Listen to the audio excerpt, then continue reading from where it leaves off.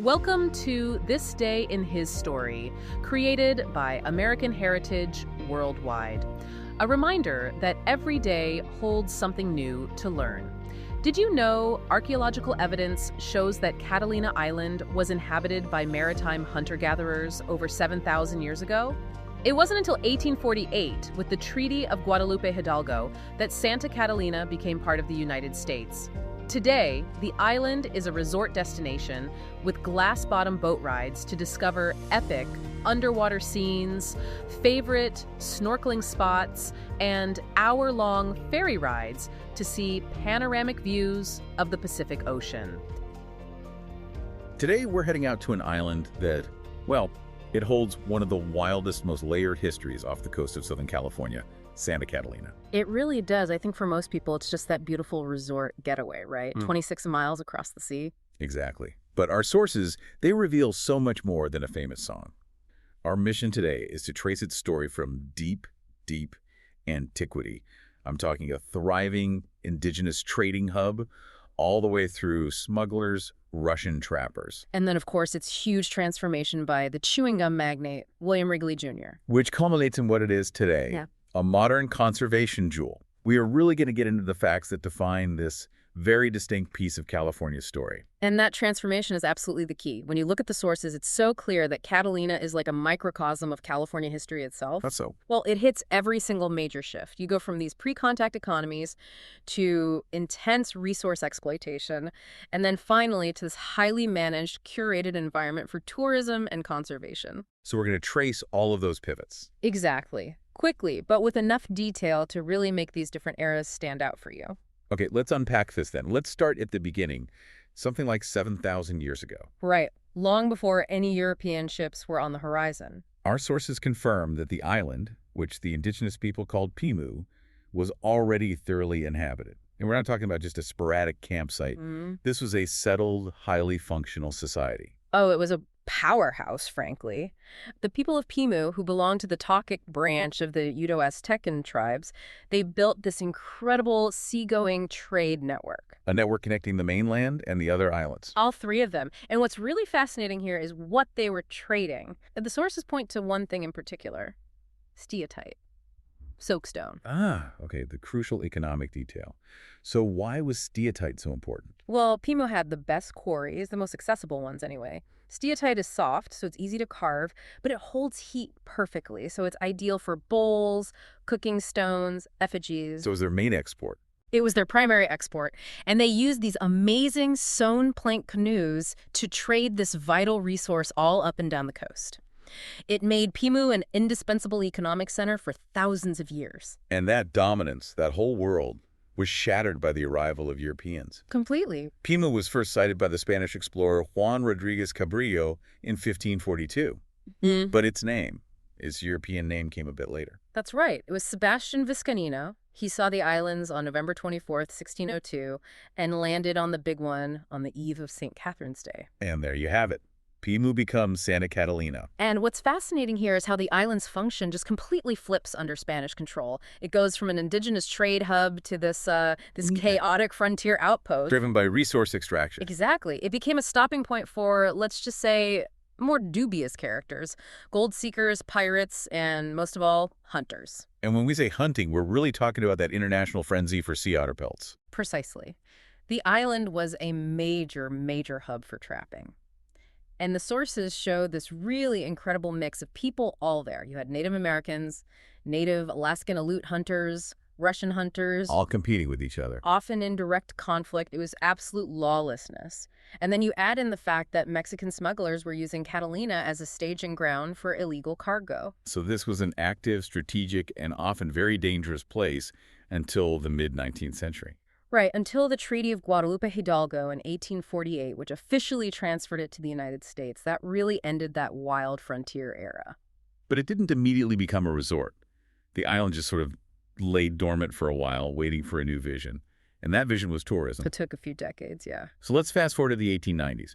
The island changes hands a few times, but finally it's the Banning brothers. Starting around 1894, they established the Santa Catalina Island Company. And they get serious. They're the ones who really start developing it as a dedicated resort destination. They saw the commercial potential there. And they laid the foundational infrastructure around Avalon Beach. They did. And it wasn't just generic development either. They created specific spots like Lover's Cove, Descanso Beach, areas that are still central to the visitor experience today. And the Pleasure Pier.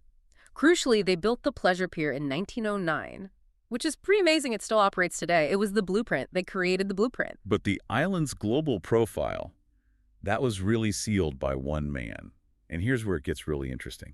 William Wrigley, Jr. In 1919, after a huge fire basically destroyed a lot of what the Bannings had built, Wrigley, the chewing gum tycoon, he steps in.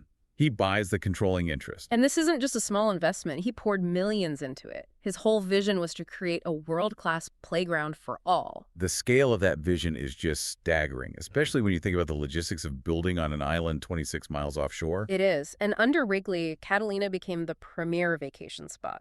It had luxurious hotels, and he heavily marketed these unique attractions, like watching the flying fish at night. That investment created the whole identity that we recognize today. Right. You take that hour-long ferry ride, and you feel like you're stepping into a different world. The completely curated world. Now, let's get into some of the unique and sometimes eccentric ways Wrigley cemented that identity. Let's start with sport. Oh, yeah, the Chicago Cubs. He didn't just own the island, he owned the baseball team. So what does he do? He moves their entire spring training operation to Avalon. From 1921 all the way to 1951. And you have to understand, that wasn't just for convenience. It was marketing genius. How so? Well, he built all this new infrastructure like the Catalina Country Club, which was specifically for the team's locker rooms and as a gathering place. It gave the island this constant, positive national media attention during the slow winter months. That is such a smart connection. Yeah. And beyond the Cubs, he left this architectural landmark that is still the island's defining feature. The iconic Catalina Casino. Built in 1929. And we should clarify for you, it's called a casino, but it never actually housed any gambling, right? That's a key point. The word casino in the 1920s just meant a social gathering place. Wrigley's Casino was an architectural marvel for entertainment. It had the world's largest circular ballroom. And maybe more importantly, It housed the first theater ever built specifically to show motion pictures with sound, the talkies. that detail is just incredible. So it wasn't just a pretty building. It was an incubator for new entertainment tech. Absolutely. Which, of course, attracted Hollywood. The island became a magnet for Hollywood elites, didn't it? Throughout the 30s, 40s, and 50s, absolutely. The sources note that its varied landscape was just perfect for filming. You had rocky cliffs, rolling hills. It could stand in for almost anywhere. Over 500 films, documentaries, TV shows. The list is huge. It completely intertwined Catalina's image with the golden age of cinema. And this Hollywood connection. This Yeah. brings us to probably the most surprising detail about the island. The buffalo. The American bison, yeah. I mean, seriously, they just left a whole herd of massive animals on an island. It is peak Hollywood carelessness. The sources confirm it.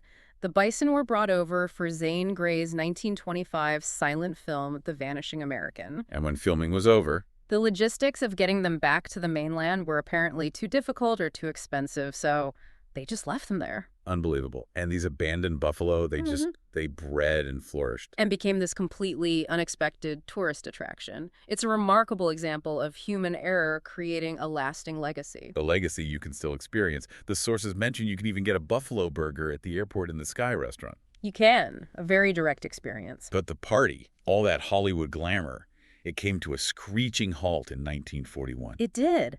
After the bombing of Pearl Harbor, there was a huge fear of a similar attack on the West Coast. And the island was swiftly closed to all tourists and repurposed. The interruption was massive. Santa Catalina became a critical military training facility during World War II, mostly for specialized naval training. It completely wiped out the resort economy.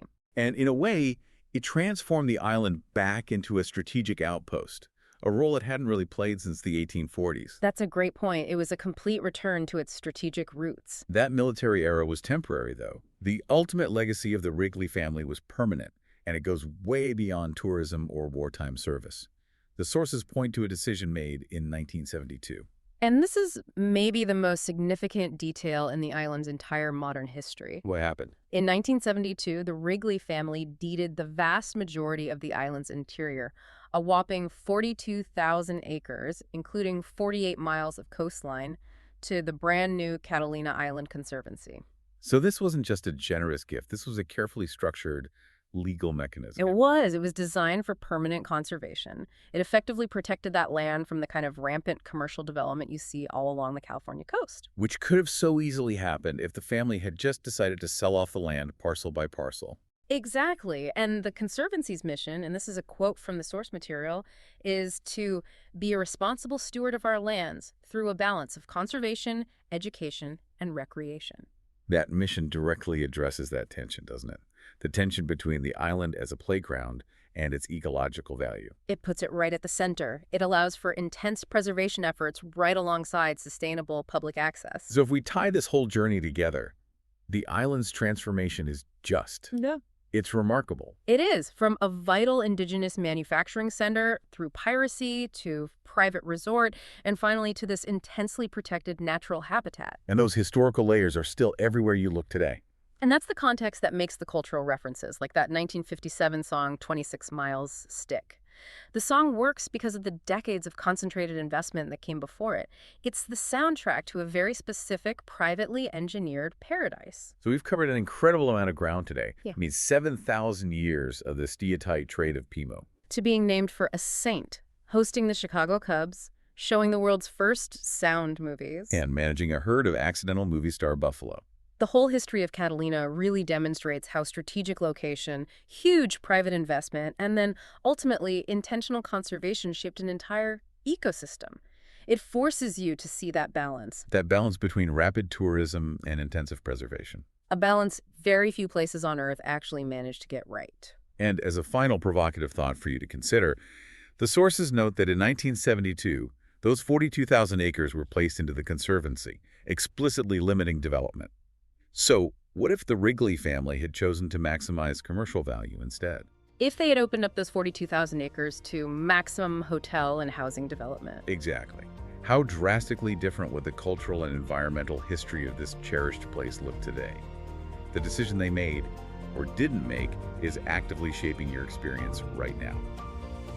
Thank you for joining us for this day in his story. May the lessons of yesterday inspire you to see God's hand today and to play your part in his story now. For more faith-based learning, visit ahsworldwide.org.